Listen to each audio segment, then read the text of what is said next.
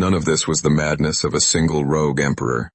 It was government policy, a calculated system designed to make cruelty feel as ordinary as the weather. The Colosseum gates swing open, and 50,000 Romans scream like a single beast. Somewhere beneath that roar, a young woman is locked inside a hollow wooden sculpture shaped like a cow. Bronze hinges seal her in. Iron clamps hold her still. She committed no crime. She raised no sword against the empire. Her only role is to perform an ancient myth, one where a queen is violated by a bull while the crowd watches every second.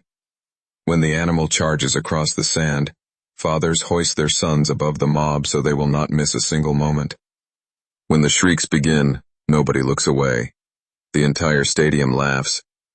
Throw out everything popular culture taught you about gladiators and honor. The munus had become an industry, and the moment emperors seized control of the games, even the pretense of honoring ancestors evaporated entirely. When a Roman nobleman died, his family owed him something. Not prayers, not marble. Blood. Real human blood. In the earliest days, captives were butchered right at the graveside so the dead man's spirit would not cross into the afterlife alone. Romans had a word for this obligation. Munus. A debt to the dead. And like every debt in Rome, this one grew interest. The first time this debt turned into a public event was 264 BCE. Two brothers were burying their father, a former consul named Decimus Junius Brutus. Instead of weeping quietly, they hired 3 pairs of men to hack each other to death in front of the tomb. No stadium, no seats, just a city square, a ring of bodies pressing closer, and blood soaking into the dirt. In that moment, Rome stumbled onto something it would never surrender. The perfect cocktail of grief, status, and spectacle. Once the powerful saw what happened to a crowd that tasted violence, the math was obvious. 3 pairs made people talk.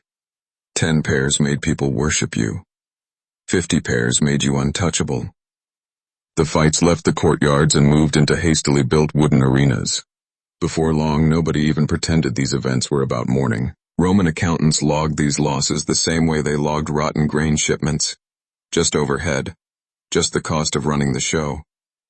No Roman ever measured biodiversity loss. They measured cheering. What if the crowd could watch Rome conquer not just people, but every living creature on earth? That question gave birth to the Venationes, the great animal hunts. When Titus inaugurated the Colosseum around 80 CE, ancient chroniclers claim 9,000 animals were slaughtered across a 100-day festival. Lions, leopards, bears, crocodiles, rhinoceroses. The tallies read less like a celebration, and more like a casualty report from a war against nature itself. Pulling that off required a supply chain stretching across continents. In North Africa, hunting teams dug massive pits disguised with branches to trap lions. Then a hidden gate opened and a pack of bears charged across the sand. His shattered body was the final act. A lavish festival could dissolve a riot overnight. The arena was not wasteful spending. It was a jobs program fueled by death. The emperor stopped being just a ruler. He became a showrunner. He sat in his gilded box directly facing the masses, and when he rose and lifted his hand, 50,000 heads snapped toward him in unison. That single moment was worth more than any military victory. A typical festival day followed a rhythm the crowd knew by heart. Mornings opened with animal hunts and exotic displays. All of it fed into the vast machinery humming beneath the arena floor. Every Roman knew the myth. A queen on a distant island, cursed with an unnatural obsession for a bull. A craftsman who built her a hollow wooden cow so she could climb inside and trick the animal. The result of that union was the birth of a monster. It was painted across pottery, retold in poetry, and held up as the ultimate example of divine punishment for forbidden desire. At some point, a games producer decided that simply telling this story was not enough. He wanted to stage it with a real woman and a real bull.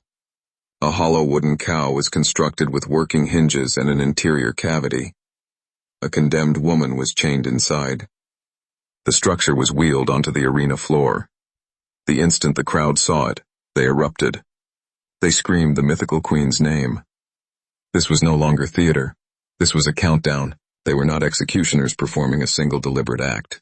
They were stagehands forced to make split-second decisions about whether someone deserved another blow, not based on justice, but because the next event needed an empty floor. Cages lined the walls. The air was thick with sweat, animal waste, and terror. Between events, teams of slaves raked the surface clean and spread fresh sand over whatever was left behind. Physicians stood by with red-hot irons to cauterize the wounds of gladiators valuable enough to save. Everyone else was dragged to the spoliarium, stripped of anything worth reselling, and discarded like waste. Multiple sources describe arena attendants pressing red-hot irons against fallen bodies to confirm they were actually dead. Imagine lying on the sand, shattered, the crowd's attention already drifting to whatever comes next. You feel consciousness slipping. Maybe you think the worst is over. Then hands seize your limbs. You are dragged across the grit, leaving a wet trail behind you, and for that, directly and sincerely, thank you. It is a blueprint for what any civilization becomes when it decides that cruelty, if sufficiently organized and entertaining, is acceptable. The Romans did not wake up one morning as monsters.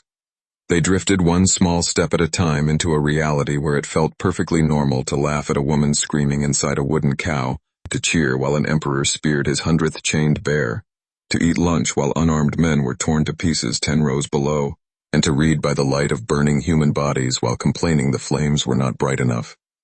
The arena did not just reflect Roman values, it shaped them. Today, violence reaches us through glass instead of sand.